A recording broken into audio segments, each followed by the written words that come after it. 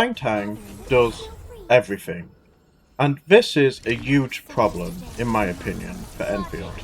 Now, when I say everything, I mean she's a damage dealer, she's a support, she's a sub DPS, she is a main DPS. You can use it in every single way. And the thing is you would expect this team to be a joke. That I am playing Mono Ice with Last Rite, Yvonne, and what else? Zahi? And it's not amazing, but it still works. It still works well enough that I can just run this repeatedly and it's not a major issue. I'll do it again. It's so simple. And TangTang is concerning because if you think about where we went from before TangTang, we had Yvonne having lots of problems with her kit, which made her bounce. She wasn't the strongest, well she was the strongest DPS for a single target, but she wasn't insanely good for everything. But now she's just good for everything. It's like, this comp should not be working. I should not be clearing this fast with this team. And when you think of, well, what actually is this comp doing? It's got two units that are wanting to consume SP to build stacks. It has two buffers in Zahi and both TangTang, but Zahi's the only real buffer.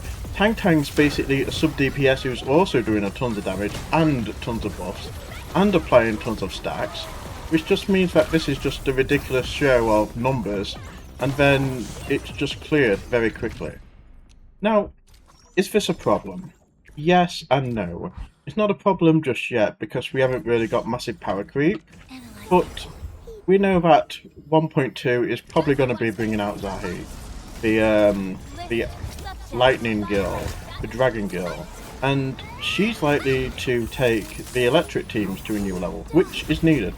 There does need to be, you know, a good electric team out there, but if she consolidates loads of support options, is a main DPS and a sub DPS just like this, then oh my god, this game is going to go crazy very quickly. Now, I don't think it really matters too much because there's not really much endgame. In fact, there's pretty much no endgame. The only game we actually have is doing stamina grind, and therefore this team is viable. The only reason why teams like this is viable is because there's not really much to do in the game. And that basically means we've got the choice of using whatever we want. But let's say there's going to be something like the Spiral Abyss coming out, or the Memory of Chaos, or whatever other gacha game, Hoyo-centric stuff that comes out that's got a time where it's got flaws and you've got to bring two teams into it. I feel like TangTang just enables a bit too much, because you can basically run TangTang as a main DPS or a sub, and you can use with Last Rite or Yvonne, she works with both. So if you've got this team, you can basically just use this team to clear all the trash very easily. Not have to worry about it. I can just stand in the fire, it doesn't really matter. And you're just going to be fine. You're going to make two ice teams very quickly, very easily. You don't have to invest hardly in anything. So, in a way, she's kind of ruined for me the idea of building like a physical team, which is what I was wanting to do next. Because what's the point?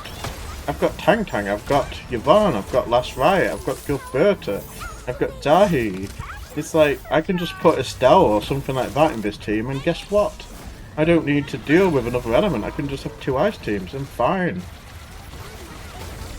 So, let me know, what do you think about TangTang? Because I feel like she's a bit too strong. This shouldn't be this simple, this shouldn't be this easy.